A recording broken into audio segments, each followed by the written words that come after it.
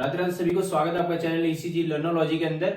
आज अपन करने वाले हैं मोस्ट इंपोर्टेंट क्वेश्चंस जो अभी आपके 25 तारीख से जो पेपर्स है उनके लिए मोस्ट इंपोर्टेंट क्वेश्चंस आज अपन कवर करने वाले हैं क्लिनिकल कार्डियोलॉजी के। ठीक है, आपका 3 पेपर्स होंगे, human anatomy and physiology, clinical cardiology and pathology. तो जो सेकंड पेपर है आपका क्लिनिकल कार्डियोलॉजी, उसके मोस्ट इंपोर्टेंट क्वेश्चंस आज अपन कवर करने वाले हैं। वीडियो को आप लास्ट तक देखना है ताकि आपको और भी टिप्स आपको मिल सके पेपर के लिए और आपके लिए पेपर करना इजी हो सके।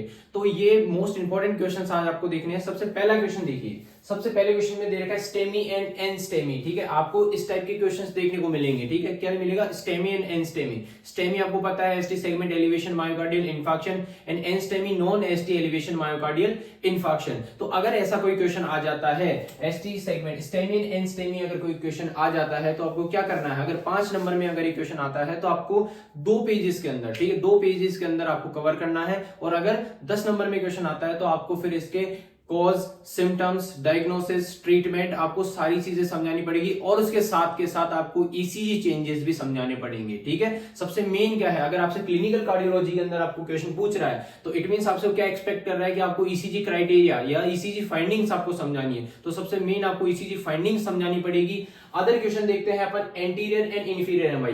भाई ये जो क्वेश्चन आएंगे, एमआई से एक क्वेश्चन कंफर्म आता है। ठीक है, अब वो एमआई के टाइप्स पे आ सकता है या फिर कंप्लीटली एमआई आ सकता है, या फिर आपसे ऐसे पूछ सकता है कि explain the types and classifications of MI. तो आपको एमआई की क्लासिफिकेशन समझाने on the basis of duration के बेसिस पे आ सकता है, जैसे एक्यूट, ठीक है, ओल्ड एमआई, तो ऐसे आ सकता है। या फिर आपसे सिर्फ लोकेशन के बेस पे, जैसे anterior MI, lateral MI, inferior MI. पर जैसे प्रीवियस ईयर के क्वेश्चंस के अकॉर्डिंग मैंने जैसे देखा है तो मेनली पूछा जाता है कि एंटीरियर या इंफीरियर एमआई। ठीक है, इनमें से एक क्वेश्चन आ सकता है, या तो एंटीरियर एमआई या इंफीरियर एमआई।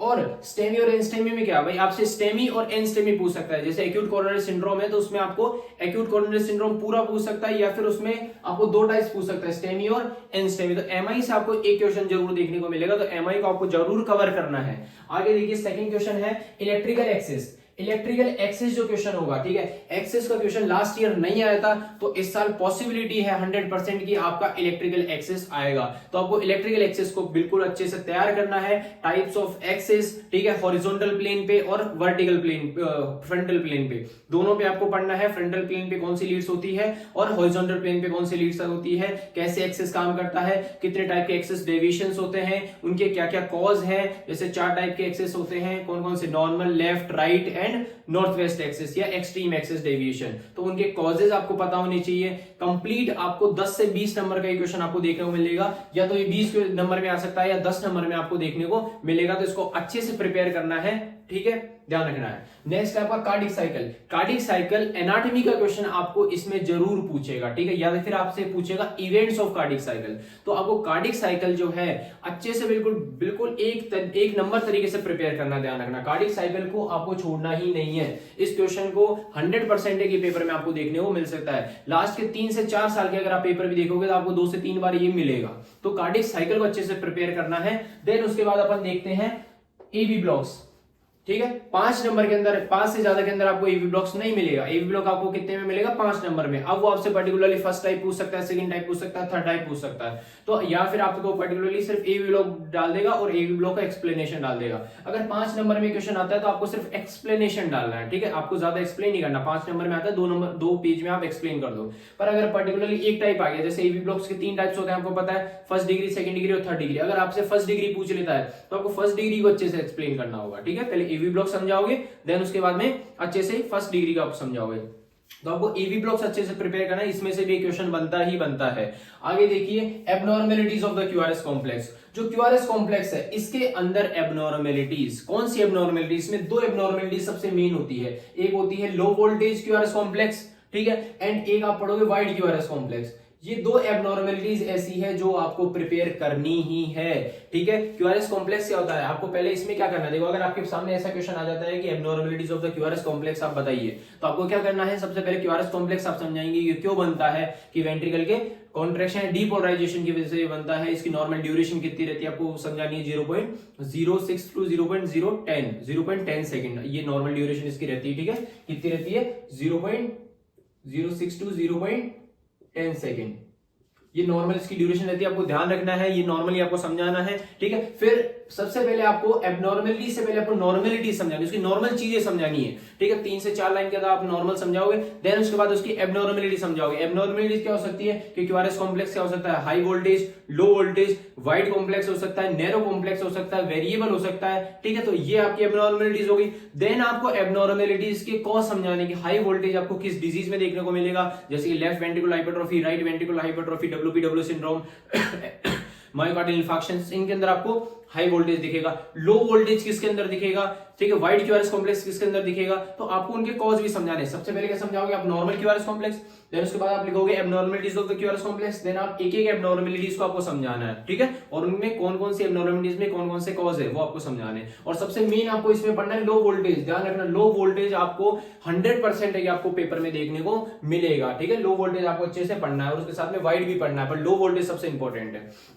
आगे देखिए एसटी सेगमेंट एबनॉर्मलिटीज या फिर उसके कॉजेज, ये भी मोस्ट इंपॉर्टेंट क्वेश्चन है जो बार बार रिपीट हो रहा है हर साल। ये आपको अलग टाइप से घुमा के भी दे देता है, आपसे पूछ लेता परसिस्टेंट एसटी एलिवेशन के कॉज बताओ। एसटी सेगमेंट आपको पता है कि इसमें 2 एबनॉर्मलिटीज होती है, ST elevation and ST depression. तो आपको एसटी एलिवेशन के कॉज दे सकता है, एबनॉर्मलिटी दे सकता है, या फिर एसटी डिप्रेशन के दे सकते हैं, आपको दोनों के दे सकता है कि एसटी एलिवेशन होने के कॉज बताओ, या फिर आपसे बोलेगा एसटी डिप्रेशन होने के कॉज बताओ। तो आपको कॉज समझाने हैं। अगर ऐसा कोई क्वेश्चन आता है, एसटी सेगमेंट एबनॉर्मलिटीज आती है, तो उसमें आपको सबसे पहले नॉर्मल एसटी सेगमेंट लिखना है। एसटी सेगमेंट नॉर्मल लिखने के बाद में आप उसकी एबनॉर्मलिटीज लिखोगे। क्या लिखोगे, या तो एसटी एलिवेशन या एसटी डिप्रेशन। अब एसटी एलिवेशन के होने के कारण क्या है, एसटी एलिवेशन कौन कौन सी कंडीशंस में देखने को मिलता है, जैसे एमआई हो गया, ब्रुगाडा सिंड्रोम हो गया, ठीक है, पेरिकार्डाइटिस हो गया, बेनिंग अर्ली रिपोलराइजेशन हो गया। तो ऐसी कंडीशंस के अंदर अपन का एसटी एलिवेशन दिखता है। एसटी डिप्रेशन किस में दिखता है, मायोकार्डियल इस्कीमिया के अंदर अपन को देखने को मिलता है, ठीक है, डिगॉक्सिन टॉक्सिसिटी के अंदर अपन को देखने को मिलता है, left ventricular hypertrophy, right ventricular hypertrophy with strain के अंदर अपन को देखने को मिलता है। तो ये आपको एबनॉर्मलिटीज भी लिखनी है, ठीक है। एबनॉर्मलिटीज को आप समझाओगे,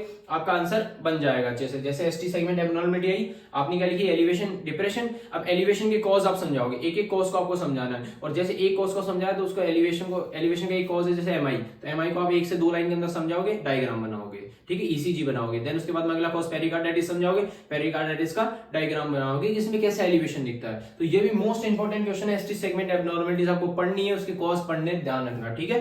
देन अगेन क्वेश्चन आता है heart rhythm and pacemaker. Heart rhythm के बारे में या पेसमेकर के बारे में आपसे पूछ सकता है, ठीक है। ये इतना इंपॉर्टेंट वैसे नहीं है, बार बार नहीं आता, पर फिर भी अगर नॉर्मल आपसे क्वेश्चन आ सकता है, 2 नंबर में आ सकता है, 5 नंबर में भी आ सकता है कि हार्ट रिदम के बारे में बताओ। तो हार्ट रिदम क्या होती है, नॉर्मल रिदम कौन सी होती है, रिदम, रेगुलर, इरेगुलर। फिर इरेगुलर के भी आपको टाइप्स पता है कि रेगुलरली इरेगुलर, इरेगुलरली इरेगुलर। तो 2 टाइप्स आपको ये होते हैं, आपको ध्यान रखना है, आपको बताना है, ठीक है, अच्छे से एक्सप्लेन करना है इसको। या फिर आपसे पेसमेकर के बारे में पूछ लेगा कि नॉर्मल पेसमेकर जो, व्हाट इज पेसमेकर, पेसमेकर क्या होता है, आर्टिफिशियल पेसमेकर जो होता है वो कितने टाइप्स का होता है, 2 टाइप के होते हैं, टेम्पररी, परमानेंट, ठीक है। तो आपको एक्सप्लेन करना है 5 नंबर में अगर क्वेश्चन आ जाता है तो।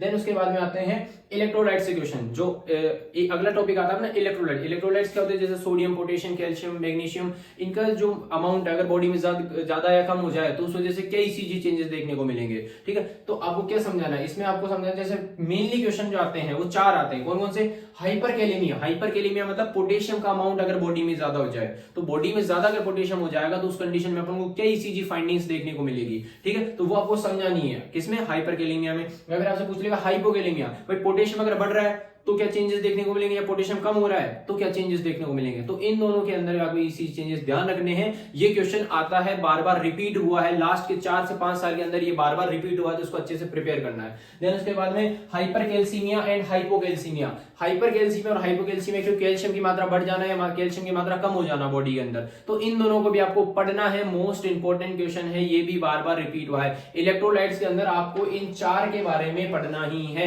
मैग्नीशियम जो रहता है उसका इतना इंपॉर्टेंट रोल है नहीं इसमें, तो आप उसको रहने देना, स्किप कर देना, वो क्वेश्चन अभी तक आया भी नहीं है।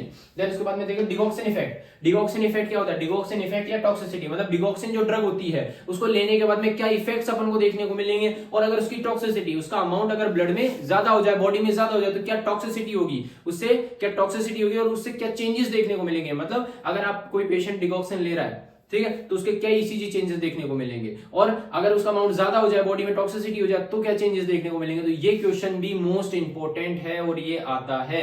तो आपको इसमें कैसे करना है, सबसे पहले आप डिगॉक्सिन के बारे में बताओगे, देन डिगॉक्सिन इफेक्ट अगर होता है बॉडी में, कोई पेशेंट अगर डिगॉक्सिन ड्रग लेता है तो क्या चेंजेस आते हैं। मतलब आपसे क्लिनिकल कार्डियोलॉजी में सिर्फ एक चीज एक्सपेक्ट करेगा कि ईसीजी क्राइटेरिया, ईसीजी फाइंडिंग्स। अगर आप ईसीजी फाइंडिंग्स नहीं लिखोगे तो उसका कोई मतलब नहीं है करने का।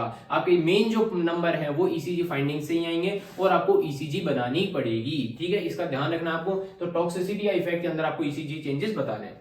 अगला है टी वेव और यू वेव। वेव्स जो आती है, वेव्स के अंदर आपको दो वेव्स मेनली देखने को मिलेगी, या तो टी वेव या यू वेव आपको देखने को मिलेगी। तो इन दोनों को अच्छे से प्रिपेयर करना है, या तो टी वेव या यू वेव, ठीक है। देन उसके बाद में अगर आप अगले क्वेश्चन की तरफ जाते हैं तो फर्स्ट क्वेश्चन आता है हाइपोथर्मिया। हाइपोथर्मिया मतलब टेम्परेचर की कमी, बॉडी के अंदर अगर टेम्परेचर कम हो जाए, हाइपो यानी कम, थर्मिया यानी टेम्परेचर, तो टेम्परेचर की कमी होने के कारण ये किस वजह से होती है। अब इसको ऐसे क्वेश्चन अगर आ जाते हैं, ठीक है, जैसे इलेक्ट्रोलाइट्स हो गए और ये ऐसे क्वेश्चन अगर आ जाते हैं, तो आपको क्या करना है, सबसे पहले आप उसका इंट्रोडक्शन दोगे, ठीक है, 1 से 2 लाइन के अंदर आप इंट्रोडक्शन दोगे कि बॉडी का टेम्परेचर अगर कम हो जाता है, कितने नॉर्मल डिग्री से कम हो जाता है, तो उसको हाइपोथर्मिया कहते हैं। देन उसके बाद में आप क्या समझाओगे, इसके ईसीजी फाइंडिंग्स, ईसीजी में क्या क्या चेंजेस देखने को मिलेंगे, ठीक है, ईसीजी चेंजेस आप जैसे बताओगे। उसके बाद में आपको बताना इसके कॉज, किस कारण की वजह से ये हो रही है, ठीक है। सबसे पहले इंट्रोडक्शन, ईसीजी फाइंडिंग्स, ठीक है, सबसे पहले क्या बताओगे, इंट्रोडक्शन, देन उसके बाद में ईसीजी, देन उसके बाद में कॉज, देन उसके बाद में सिम्टम्स, किस कारण से हो रही है, वो किस कारण से हो रही है और क्या लक्षण अपन को देखने को मिल रहे हैं,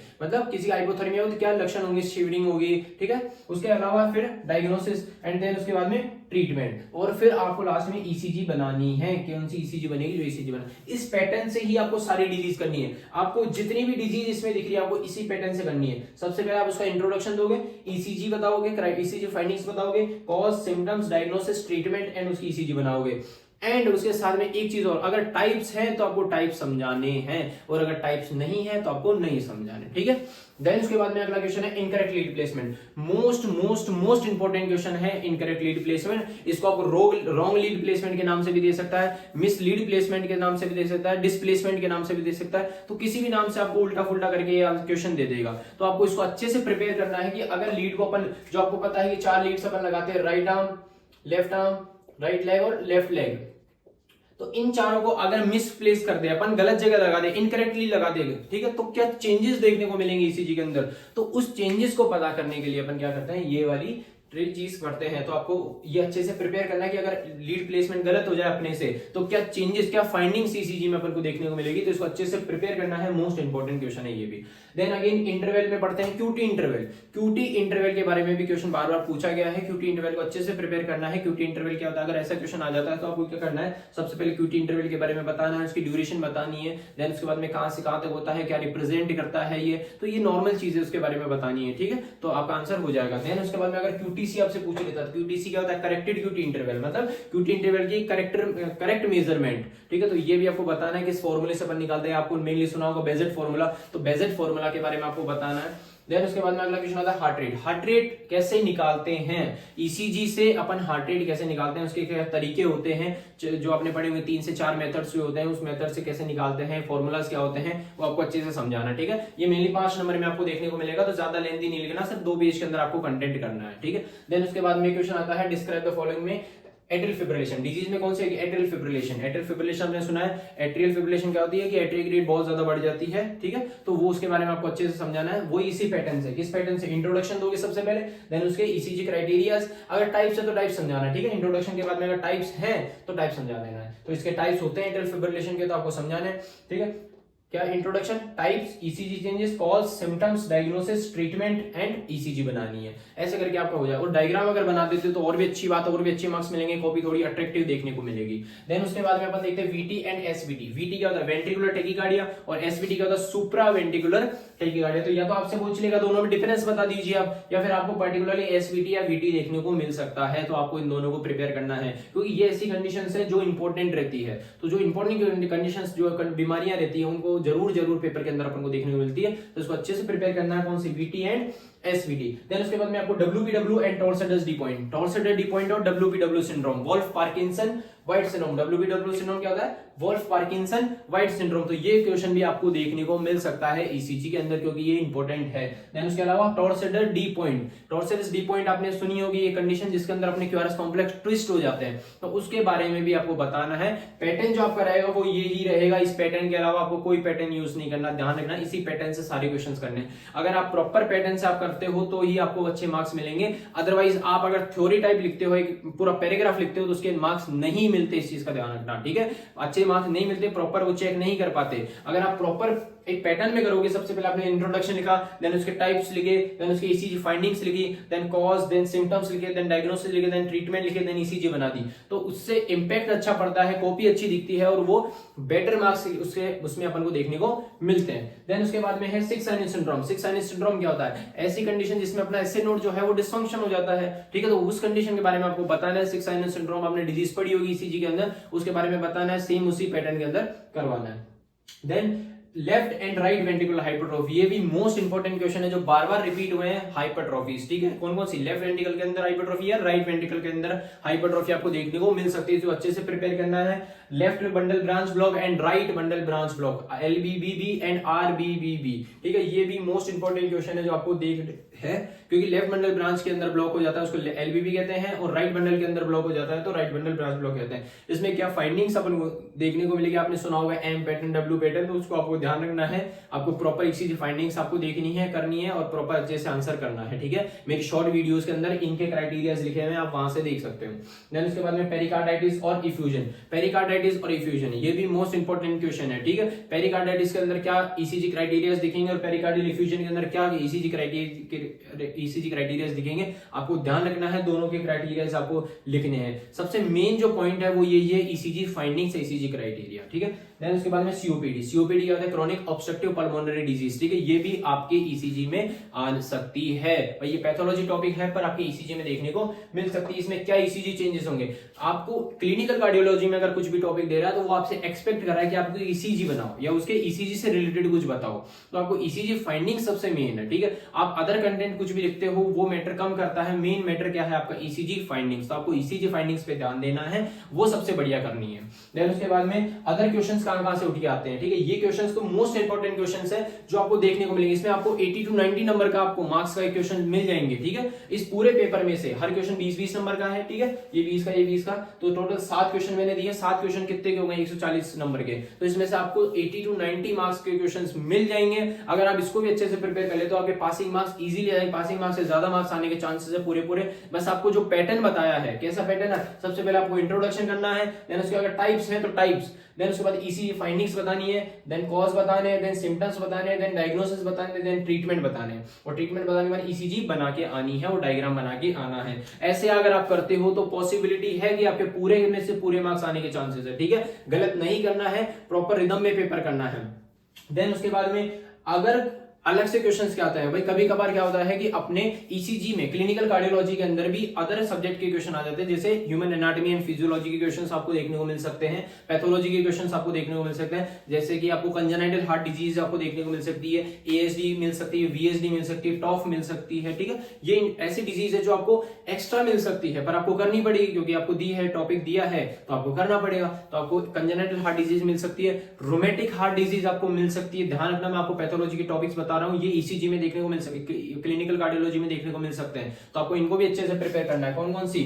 CHD congenital heart disease, RHD rheumatic heart disease, hypertension, hypertension आपको ईसीजी में देखने को मिल सकता है। ध्यान रखना, हाइपरटेंशन को भी अच्छे से प्रिपेयर करके जानना है। और coronary artery disease, coronary artery disease भी आपको अच्छे से देखने को मिल सकती है। और कार्डियोमायोपैथी, ये ऐसी कंडीशन है जो आपको ईसीजी में देखने को मिलेगी। और उसके अलावा सीएचएफ कंजेस्टिव हार्ट फेलियर, ठीक है? CHF congestive heart failure. तो आपको ये टॉपिक्स जो है ये पैथोलॉजी के टॉपिक्स है, पर आपको इनको अच्छे से प्रिपेयर करना है, क्योंकि ये ईसीजी में क्लिनिकल कार्डियोलॉजी के पेपर के अंदर आ सकते हैं। तो बी प्रिपेयर, अच्छे से इनको प्रिपेयर करना। और एक टॉपिक और है जिसका नाम है पल्मोनरी एम्बोलिज्म। पल्मोनरी एम्बोलिज्म जो होता है उसको भी अच्छे से प्रिपेयर करना है। ध्यान रखना, ये पैथोलॉजी के क्वेश्चंस है, पैथोलॉजी के टॉपिक्स है, पर आपको क्लिनिकल कार्डियोलॉजी में पूछ सकते हैं। तो आपको अच्छे से प्रिपेयर करना है। इनकी ईसीजी फाइंडिंग्स है कि आपको ध्यान रखना है। कंफ्यूज नहीं होना, पेपर बिल्कुल इजीली करना है। और एनाटॉमी में से आपको क्या क्या पूछ सकता है, देखो एनाटॉमी में क्या है, आपको कार्डियोवैस्कुलर जो सिस्टम होता है अपना, ठीक है, हार्ट का और वेसल्स का जो सिस्टम होता है आपको पता है, ब्लड वेसल्स और हार्ट के बारे में, तो उसका जो सिस्टम होता है पूरा, उसमें से कुछ भी आ सकता है, उसको बिल्कुल अच्छे से प्रिपेयर करना है। उसके क्वेश्चन के वो क्या होता है, जो ईसीजी के जो पेपर्स होते हैं, ठीक है, 3 सब्जेक्ट रहती है, anatomy, physio, pathology and clinical cardiology. तो आपको किसी भी पेपर में से कुछ भी टॉपिक किसी में भी दे सकते हैं, मतलब एनाटॉमी का एंड फिजियोलॉजी का आपको क्लिनिकल कार्डियोलॉजी में दे सकते हैं, पैथोलॉजी का उसमें दे सकते हैं, एनाटॉमी में दे सकते हैं, तो कुछ भी दे सकते हैं आपको पेपर में, कहीं पे भी मिक्स आ सकता है। ऐसा नहीं है कोई क्लिनिकल कार्डियोलॉजी है तो सिर्फ क्लिनिकल कार्डियोलॉजी के ही आएंगे, ठीक है, पेपर चेंज हो सकता है, क्वेश्चन चेंज हो सकते हैं, मतलब एक्सचेंज हो सकते हैं, और कुछ क्वेश्चन बाहर से भी आ सकते हैं। और आपको ध्यान रखना एक चीज, और पेपर में कभी भी आपसे सीधा क्वेश्चन भी नहीं पूछेगा, आपसे थोड़ा सा टिपिकल बना के पूछेगा, आपसे इजीली नहीं देगा, आपको थोड़ा टिपिकल बना के क्वेश्चन देगा। तो आपको टिपिकली आपको समझना है, पहले रिलैक्स होना है, देन उस क्वेश्चन को समझना है, और देन उसके बाद आंसर करना है। आप आराम से रिलैक्स होकर आंसर करो, ऐसा नहीं आपको इतनी हड़बड़ाहट नहीं करनी। उसके बाद में कार्डियोवैस्कुलर सिस्टम आपको अच्छे से पढ़ना है, इसमें लेयर्स, चैम्बर्स, वॉल सब आपको अच्छे से पढ़ना है। देन उसके बाद में ब्लड सर्कुलेशन, 3 टाइप का सर्कुलेशन होता है, सिस्टेमिक, पल्मोनरी एंड कोरोनरी, तो आपको वो तीनों सर्कुलेशंस पढ़ने हैं। आपको हार्ट साउंड के बारे में पढ़ना है, ठीक है, कितने हार्ट साउंड होते हैं, कार्डिक आउटपुट के बारे में पढ़ना है, स्ट्रोक वॉल्यूम के बारे में पढ़ना है। ये बेसिक सीवीएस के टॉपिक्स हैं, ये आपको अच्छे से प्रिपेयर करने हैं, ठीक है। अब ये क्वेश्चंस आपको किसमें देखने को मिल सकते हैं, क्लिनिकल कार्डियोलॉजी में आपको देखने को मिल सकते हैं। तो आपको मोस्ट इंपोर्टेंट क्वेश्चन मैंने आपको बता दिए हैं, इसके बाहर आपको मेनली कम पेपर देखने को मिले, ये आपको मोस्ट इंपोर्टेंट क्वेश्चन है जो 80 to 90 मार्क्स के आपको देखने को मिलेंगे। देन इसके बाद में क्या है, आपको पेपर करना है कैसा, पेपर आपको सबसे पहले आपको पेपर मिलते ही सबसे पहले रिलैक्स होना है। देन उसके बाद में पेपर को देखना आपको कौन से क्वेश्चंस आ रहे हैं, कौन से क्वेश्चंस नहीं आ रहे, ठीक है। आप सबसे पहले सेलेक्ट कर लेना आपको कि हाँ मेरे ये 5, आपको 7 क्वेश्चन देखने को मिलेंगे, जिसमें से आपको कितने करने होंगे, 5, एनी 5 आपको करने होंगे। कोई से भी 5 आप देखोगे कि हाँ ये 5 मेरे को आते हैं, देन आपको 40 पेज की, ठीक है, कितने पेज की, 40 पेज की कॉपी मिलेगी, ठीक। और आपको क्वेश्चन कितने करने हैं, 5। तो एक क्वेश्चन कहने का मतलब एक जो 20 नंबर का क्वेश्चन है वो कितने पेज में करना है, 20 पेज के अंदर, ठीक है। एक जो 20 नंबर का क्वेश्चन है, जैसे ये जो क्वेश्चन आ रहा है 20 नंबर में, तो इसको कितने में करना है, 20 पेज, 8 पेज के अंदर करना है, सॉरी, कितने के अंदर, 8 पेज के अंदर, ठीक है। मैं यहां लिख देता हूं, यहां देखिए, अगर एक जो है 20 नंबर का कोई क्वेश्चन है तो उसको करना है 8 पेज के अंदर। अगर 10 नंबर का कोई क्वेश्चन है तो उसको करना है 4 पेज के अंदर, कितने में, 4 में। और अगर 5 नंबर का क्वेश्चन है तो उसको करना है 2 पेज के अंदर, ठीक है। पेजेस का आपको बहुत ध्यान रखना है, एक बार कॉपी मिलती है उसके बाद में सप्लीमेंट्री कॉपी नहीं मिलती, सप्लीमेंट्री नहीं मिलती, तो उसको ध्यान रखना। अगर आपकी कॉपी एक बार भर गई है तो आपको फिर बाद में कॉपी नहीं मिलेगी, आपके पेन जो क्वेश्चन है वो रह जाते हैं। जब अपन पेपर करते हैं तो उनको आइडिया नहीं होता कि कितने पेजेस भर गए कितने नहीं भरे, तो आपको पेजेस को ध्यान रखते हुए पूरा पेपर करना है। अगर पेजेस कम पड़ जाते हैं तो आपके लिए फिर दिक्कत हो सकती है, अगर आप कम क्वेश्चन अटेम्प्ट करेंगे तो उतने आपके नंबर कम आने के चांसेस बढ़ जाएंगे। तो आपको पूरा पेपर अच्छे से करना है, 5 क्वेश्चंस करने ही करने हैं, चाहे के आए चाहे नहीं आए। अगर नहीं भी आते हैं तो जितना आपको उनके बारे में पता है जो है वो लिखना ही है, मतलब क्वेश्चन को छोड़ना नहीं है, इस चीज का ध्यान रखना। चाहे आए चाहे नहीं आए आपको क्वेश्चन अटेम्प्ट करने हैं, ठीक है। और पूरी 40 के 40 पेज आपको भरने की कोशिश करनी है, जितना आपसे उपाय उतना भरने की कोशिश करनी है, ठीक है। और राइटिंग का आपको थोड़ा सा खासकर ध्यान रखना है। जो लैंग्वेज है, आप अगर आपको इंग्लिश में लिखना है बहुत अच्छी बात, आप इंग्लिश में लिखते हो। आप अगर आपको इंग्लिश में लिख रहे हो नहीं लिख पा रहे, ठीक है, आपको प्रॉब्लम आ रही है, तो आप मिक्स में भी लिख सकते हो, पर पॉसिबिलिटी आपको कितनी क्या रखनी है कि इंग्लिश में ही लिखें, ठीक है, क्योंकि थोड़ा सा इंपैक्ट जो है एग्जामिनर पे वो अच्छा पड़ता है अगर आप इंग्लिश में लिखते हो तो। बाकी अगर फिर नहीं लिख सकते देन अपने पास कोई ऑप्शन नहीं रहता तो अपन मिक्स लैंग्वेज में लिख सकते हैं, ठीक है। और क्लिनिकल कार्डियोलॉजी में इतनी थ्योरी लिखने की जरूरत नहीं होती, आपको सिर्फ इंट्रोडक्शन में थोड़ा लिखना होता है, बाकी सब में कॉज सिम्टम डायग्नोसिस में आपको सिर्फ पॉइंट्स बना के लिखने हैं, ठीक है। तो जितना पॉइंट्स बना के आप लिखोगे उतना बेटर रहेगा, जितना पैराग्राफ लिखोगे उतना गलत है। पैराग्राफ आपको नहीं लिखना, आपको पॉइंट्स बना के लिखने हैं, ठीक है। पॉइंट्स बनाओगे आपको बहुत बेनिफिट मिलने वाला है। देन उसके बाद में पेजेस का आपको स्पेशली ध्यान रखना है, और टाइम का, सबसे मेन है टाइम का, ठीक है। 3 घंटे आपको मिलते हैं, तो 3 घंटे को आपको कैसे मैनेज करना है वो आप देखिए। कैसे मैनेज करना, आपको हर एक क्वेश्चन जो होगा, ठीक है, हर 20 नंबर का जो क्वेश्चन आपको देखने को मिलेगा, उस 20 नंबर के क्वेश्चन में आपको फिक्स टाइम मिलेगी 35 मिनट्स। आपको 35 मिनट से ज्यादा टाइम नहीं लेना, ध्यान रखना है। आपको एक क्वेश्चन को कितनी देर में करना है, 35 मिनट्स के अंदर अंदर आपको 20 नंबर का क्वेश्चन करना है। जैसे 20 नंबर के 2 क्वेश्चन है, ये 10 का ये 10 का, तो आपको इसको कितनी देर में करना है, 35 मिनट के अंदर। आपको टाइम का भी ध्यान रखना है। कभी कभी क्या होता है अपन पेपर करते हैं, ठीक है, स्पीड धीरे होने के कारण अपना पेपर छूट जाता है, तो आपको वो गलती नहीं करनी है। आपको पूरा पेपर अच्छे से टाइम देखना है, प्रॉपर टाइम देखते हुए पेपर करना है, ठीक है। वॉच आप लेके जा सकते हो, ठीक है, नॉर्मल वॉच, स्मार्ट वॉच नहीं चलती, नॉर्मल वॉच आप लेके जा सकते हो। वॉच आप देखोगे, बार बार टाइम देखते हुए रहना, जिससे क्या रहेगा, आपका पेपर रहेगा। और स्पीड आपको ध्यान रखनी है, स्पीड बढ़ानी है, ठीक है। 3 चीज पे ध्यान रखना, राइटिंग, आपको राइटिंग अच्छी करनी है, ठीक है, स्पीड का ध्यान रखना है, और पेज, इन तीनों का आपको ध्यान रखना है, ठीक है। इन तीनों का ध्यान रखोगे तो पेपर आपका बहुत अच्छा होगा। और अगली चीज, हड़बड़ाहट नहीं करनी। पेपर देखते हैं अगर आपको नहीं आता है, कोई डाउट आता है, तो आप थोड़ा रिलैक्स होकर आप सोचिए, ठीक है। ऐसे जल्दीबाजी में कभी कभी क्या होता है, अपन क्वेश्चन को सही से पढ़ते नहीं है, आपसे पूछ क्या रहा है, ठीक है, डायरेक्टली आपसे वो क्वेश्चन नहीं पूछेगा, थोड़ा सा घुमा के पूछेगा। तो आपको थोड़ा सा रिलैक्स होना है, फिर क्वेश्चन को समझना है कि पूछना क्या चाहता है, ठीक है, वो क्या चाहता है अपन से, क्या एक्सपेक्ट कर रहा है कि अपन क्या आंसर लिखे, जो फिर बेस्ट होगा वो आपको लिखना है, ठीक है। तो आपको कंफ्यूज नहीं होना, पहले आराम से रिलैक्स होना है, फिर आपको आंसर देना है। देन उसके बाद में एक मोस्ट इंपोर्टेंट चीज क्या है कि पेन का, सब पूछते हैं पेन कौन सा यूज करते हैं। पेन आप ब्लू और ब्लैक यूज कर सकते हो, ठीक है, ब्लू पेन और ब्लैक पेन। ब्लैक पेन आप हेडिंग के लिए यूज करोगे, एंड ब्लू पेन आप जो आपका कंटेंट है, आंसर है, उसके लिए आप यूज कर सकते हो, ठीक है। और बाकी इससे अदर पेन यूज मत करना, ग्रीन, येलो, ब्लैक, कुछ ग्रीन, येलो या ब्राउन, व्हाइट, ऐसा कुछ भी यूज नहीं करना। आपको सिर्फ 2 पेन यूज करने हैं, ब्लू और ब्लैक यूज करने हैं, ठीक है। अगर ब्लू ही सही करना चाहते हो तो वो भी सही है। और बाकी ब्लू और ब्लैक से क्या रहता है कि आपकी हेडिंग्स अलग दिख जाती है, तो वो थोड़ा अच्छा लगता है कॉपी के अंदर, और एग्जामिनर को थोड़ा कॉपी चेक करने में इजी भी रहता है। तो आपको राइटिंग का भी ध्यान रखना है, कंटेंट का ध्यान रखना है, पेजेस का ध्यान रखना है, टाइम का ध्यान रखना है, पेन का ध्यान रखना है, सबका आपको कंटेंट का बिल्कुल ध्यान रखना है। गलत आपको नहीं करना, ठीक है। अगर कोई क्वेश्चन नहीं आता है लास्ट में, तो भी आपको अटेम्प्ट करके आना है, ऐसा नहीं कि आपको नहीं आता तो अटेम्प्ट नहीं करते हो। अटेम्प्ट 5 के 5 क्वेश्चन होने चाहिए, जब जाके आपके पासिंग मार्क्स इजीली आ जाएंगे। और अगर आप ये कंटेंट आपको अच्छे से आता है, तो ये मैं गारंटी के साथ कह सकता हूं कि आपके 60-70 प्लस मार्क्स आ जाएंगे, क्योंकि इसमें से 80 to 90 नंबर का क्वेश्चन आपको मिल जाएंगे, ठीक है। और भी ज्यादा मिल सकते हैं, ठीक है। मैंने ये 5 साल के जो पेपर्स थे आपके प्रीवियस ईयर के, 5-6 साल के थे, ठीक है, लास्ट मैंने 7 साल के क्वेश्चन पेपर्स निकाले हैं। उनमें से जो मोस्ट इंपोर्टेंट क्वेश्चन थे, जो बार बार रिपीट हो रहे हैं, या फिर ऐसे क्वेश्चन जिनका अपन को लगता है, मेरे को लगता था कि ये क्वेश्चंस आ सकते हैं, उनको मैंने ये बनाया है। ये गैस पेपर भी एक तरह से आपका, या इंपोर्टेंट क्वेश्चन मान लो, गैस पेपर मान लो, इसको आपको रट देना है, कहीं से भी नहीं छोड़ना, ठीक है। ये आप रट देते हो तो ये श्योरिटी है कि आप इजीली पास हो जाओगे, ये मेरी गारंटी है कि आप पास हो जाओगे, ठीक है। बाकी अगर कोई दिक्कत आती है, कोई भी प्रॉब्लम आपको आती है, कोई भी डाउट अगर रहता है, तो आप कमेंट सेक्शन में पूछ सकते हैं। और best of luck for your exam, ठीक है। Thank you.